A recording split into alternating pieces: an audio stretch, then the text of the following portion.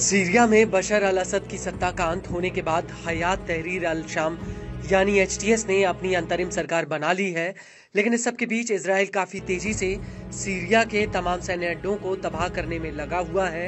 लेकिन इन हमलों में सबसे ज्यादा चर्चा में सीरिया का टाटस सैन्य अड्डा है, जहां पर इजराइल ने अभी तक के इतिहास में सबसे बड़ा बम गिराया है।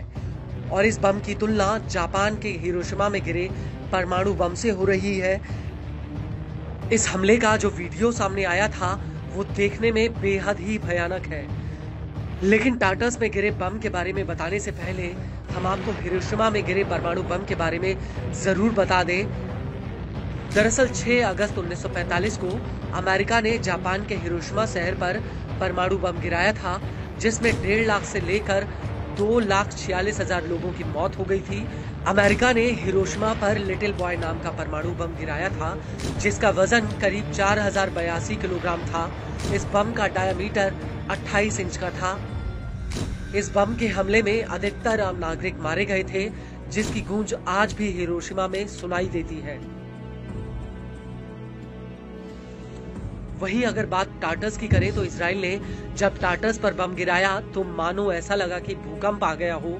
इस हमले को लेकर Syrian observatory for human rights का कहना है कि इजराइल के जेट्स ने एयर डिफेंस और जमीन से जमीन पर वार करने वाली मिसाइलों के डिपोज पर ये बम गिराए, जो रिक्टर स्केल पर 3.0 की तीव्रता वाले भूकंप के बराबर थे।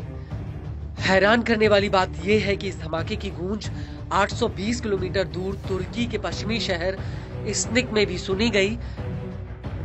लेकिन कुछ लोगों का यह भी कहना है कि टाटस में यह धमाका इतना बड़ा इसलिए था क्योंकि वहां पर भारी मात्रा में गोला बारूद रखा गया था, जिनकी वजह से इतना भयानक ब्लास्ट हुआ।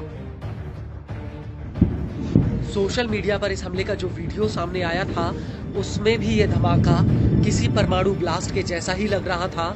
हालांकि इस हमले को लेकर लेबनानी न्यूज एजेंसी अल मायादीन का कहना है कि इस हमले में कई लोग मारे गए और कई घायल हुए हैं। हालांकि हताहतों का स्पष्ट आंकड़ा अभी तक सामने नहीं आया है। लेकिन सबसे बड़ा सवाल ये है कि आखिर इतने बड़े हमले के लिए इजराइल ने टाटस को ही क्यों चुना। तो आपको बता दें कि सीरिया के टाटस और लताकिया प्रांत में रूस के सैन्य अड्डे हैं और इन मिलिट्री बेसों पर बड़े पैमाने पर एयर डिफेंस सिस्टम तैनात हैं, जो ईरान के रक्षा कवच का काम करते हैं। इसके अलावा ईरान के भी इन इलाकों में कई सैन्य अड्डे हैं जिन्हें इजराइल पूरी तरह से खत्म करना चाहता है।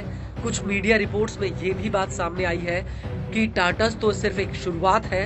इजराइल का असल निशाना ईरान के परमाणु ठिकाने हैं, जिन पर नेतन्याहू हमला करने की तैयारी में है। और इजराइल चाहता है कि ईरान पर हमला करने से पहले वो तमाम बाधाओं को अपने रास्ते से हटा दे जो इस हमले में एक अड़चन बन सकते हैं।